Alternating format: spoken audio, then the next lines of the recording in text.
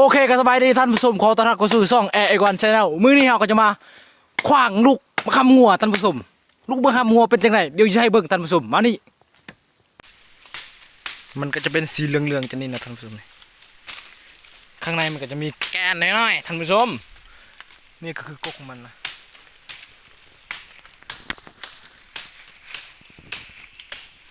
เห็นบอกว่าหมักนะ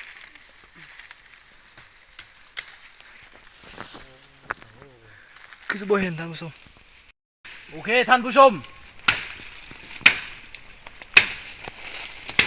เดี๋ยวนี้ก็คืออาวุธของเราจะขวางมันท่านผู้ชมมันจะตกหรือบ่ตกคุณต้องหลีกทางให้กูนะ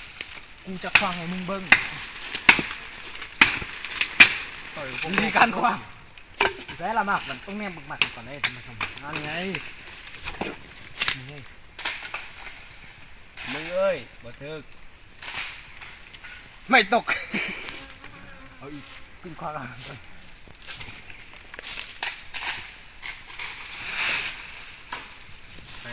เฮียเอ้ยไม่ตก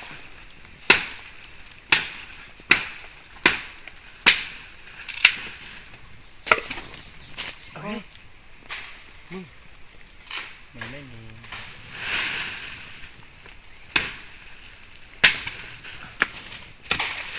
ไปที่สุด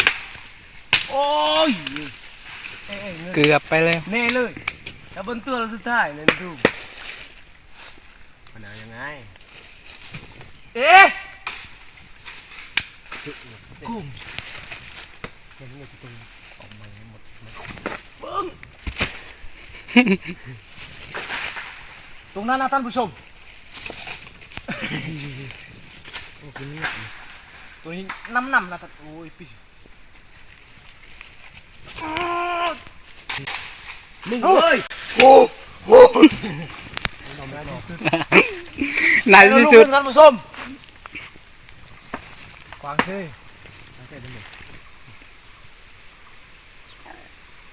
ตรงนั้นก็มีตรงนั้นก็มีโอ้โหหนาวโอ้มันเงินมันย่องกันกันโอ้หนาวเห็นที่มือกูเร็วโอ้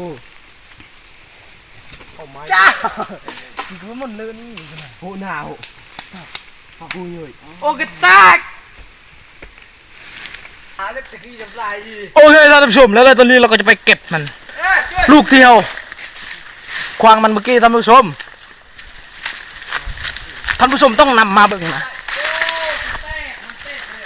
คุณไม่ให้คุณดูอ่ะโอ้ท่านผู้ชมมันแตกหมดแล้วท่านผู้ชมตัวจักรลงนั่นเลยนี่คือท่านผู้ชมแตกนะท่านผู้ชม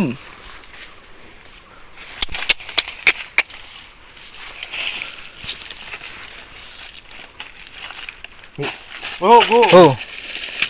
โอ้โหสวยมากอันนี้ครับโอ้อันนี้อันใหญ่เลยโอ้มันแตกหมดท่านผู้ชมแตกหมดเลยมุดหมดพอมันตกถึงมักหินนะท่านผู้ชมนี่ก็แม่นะท่านผู้ชมมันก็แตกหมดท่านผู้ชมพี่อาจจะเป็นเพราะว่าเขาขวางถึงท่านผู้ชมเดี๋ยวให้น้ำลูกเลือกนะซึ่งมากอันนี้แต่ละท้องถิ่นเขาจะอื่นต่างกันนะท่านผู้ชมบุหูต่างแขวงต่างเมืองอาจจะต่างนะท่านผู้ชมเพราะว่าคนเมืองผ่านเขาอื่นมาคำงัวตาลำโพ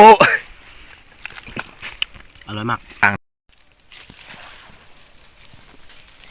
ท่านผู้ชมเวลากินก็จะกินอันนี่มันว่าท่านผู้ชมอันนี้คือกลาลำโพอันนี้มาทำคน นั่นคนนั้นกำลังแดกกับข้าวนะ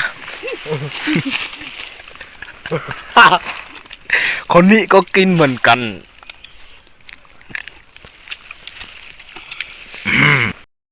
ท่านผู้ชมนี่ผมจะแดกกล้องมันแกนมัน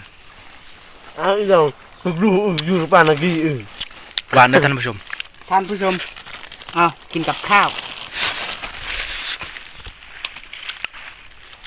มากัน4 คนท่านผู้ชมพี่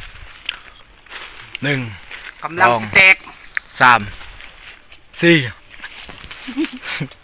อยู่ในป่า4 คน หุ่นปลาหุ่ยห้า 5กับคนนั้นนั่นเห็นบ่นี่เห็นบ่ยุ่ง พบก่อนยุ่งเจ็ดกับสองปก โคตรหวานท่านผู้ชม เป็นหมาเลย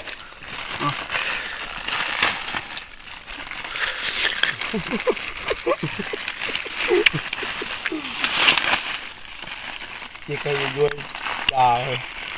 แล้วท่านผู้ชมอันนี้คือปลา ปลาชิมัน เงินมาเอามา แกนมันจะประมาณนี้ท่านผู้ชม เขาก็จะทิ่มท่านผู้ชม ท่านผู้ชมมันแตกๆแล้วเราจะทำยังไงครับมีโปรเมื่อคิมซ้ำจากที่ลุยลูกผมว่าพวกมันคือข้างหน้า ซึ่งตัวน้อยเนาะท่านผู้ชม ซึ่งตัวน้อยมันก็จะมีท่านผู้ชมกำลั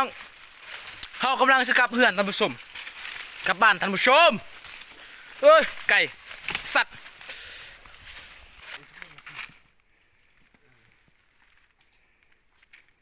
เราต้องตามด้วย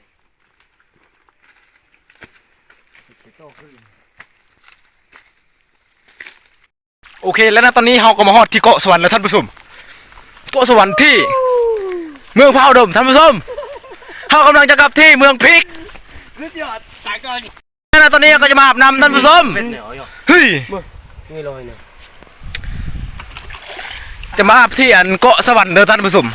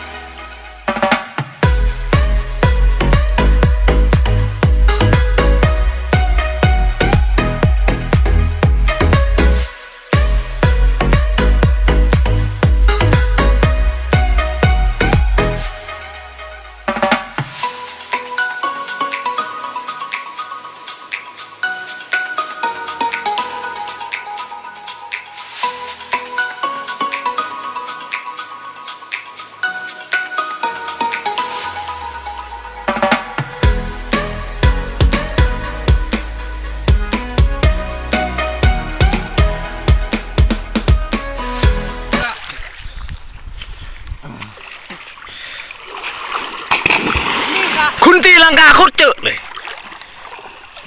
ดูดิคุณมาจับให้ผมจะตีให้พวกคุณดูนะ มันจะกระตุ้นที่ไหน การตีลังกาต้องดูพิษเป็นแบบอย่างไอ้น้อง เอาตีซื่อไป ดูพี่นะน้อง ไม่ผ่าน ข้าจะกลับหน้าให้ท่านพวกท่านดูนะ โอ้ย เฮ้ยสิเลย เอาไปเลย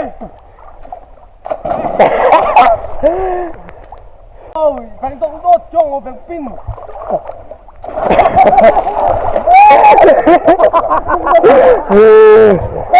นำคนเยอะท่านผู้ชม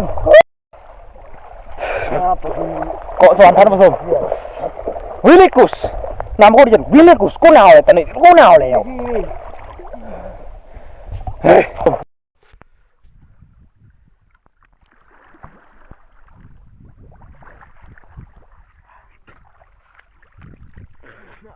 โอเคแล้วนะตอนนี้เรากำลังสิกลับบ้านท่านผู้ชมถ้ามาคลิปนี้ก็อย่าลืมกดไลค์กดแชร์กดติดตาม